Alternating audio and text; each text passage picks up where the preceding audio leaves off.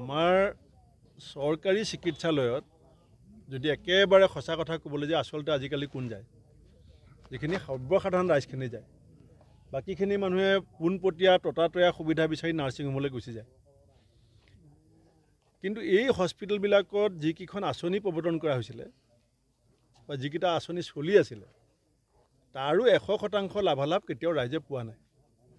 প্ৰেছক্ৰিপশ্যনত ডক্টৰে যিখিনি দৰৱ লিখি দিয়ে, আমি বহুত ইয়াত ভুক্তভোগী মানুহ আছে, চবেই জানে যে 30-40% ওপৰৰ দৰৱ গভৰ্ণমেণ্ট হস্পিটেলে কেতিয়াও ৰোগীজনক দিব নোৱাৰে, বাকী দৰৱ ফাৰ্মাচীৰ পৰা কিনিবলগীয়া হয়।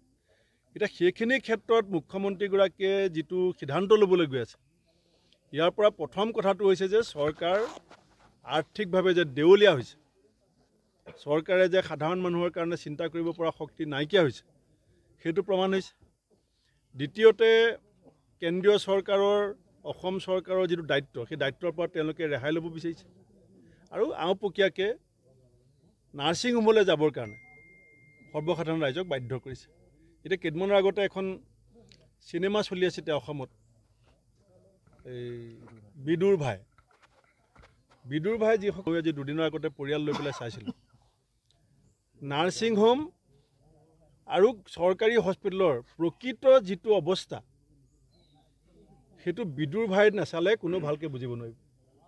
আৰু বিদুৰ ভাই চালে অসমৰ প্ৰতিগৰাকী সৰ্বসাধাৰণ মানে বুজিব যে নাৰ্ছিং হোম আৰু স্বাস্থ্যকেন্দ্ৰ বা গভৰ্ণমেণ্ট হস্পিটেলৰ মাজত পাৰ্থক্য আৰু সমস্যা আৰু ৰাইজৰ অৱস্থা কি। সেইকাৰণে আমাৰ ৰাহুল গান্ধী ডাঙৰীয়াই কৈছে যে আমি চক্ৰবিহুত সোমাই পৰিছোঁ। মই ভাবিছোঁ বিদুৰ ভাইতে ধুনীয়াকৈ সেই গোটেই হস্পিটেলৰ চক্ৰবিহুটো খুব ধুনীয়াকৈ দেখুৱাইছে। সেইকাৰণে মই ভাবোঁ যে ৰাইজেও চিন্তা কৰা সময়, আৰু চৰকাৰে নোৱাৰে, চৰকাৰে আচলতে হাত দাঙি দিছে। পোনপটীয়াকৈ ক'বলৈ গ'লে অসমৰ মুখ্যমন্ত্ৰী হিমন্ত বিশ্ব শৰ্মাই হাত দাঙি দিছে। তপন গগৈ যিহেতু কংগ্ৰেছত আহিব বুলি এটা খবৰ ওলাই আছে, এই ক্ষেত্ৰত কি ক'ব? মই নাই শুনা, পেপাৰত মই পঢ়িছোঁ, মোৰ লগত যোগাযোগ হোৱা নাই। বিজেপিৰ পৰা যদি কোনোবা আহিব বিচাৰে কংগ্ৰেছলৈ? আমাৰ সিদ্ধান্ত হৈছে যদি যিখিনি জিলা পৰ্যায়ৰ ব্লক পৰ্যায়ৰ নেতা তেখেতসকল যদি আহিব বিচাৰে তেতিয়া আমাৰ জিলা ব্লকত আলোচনা হ'ব।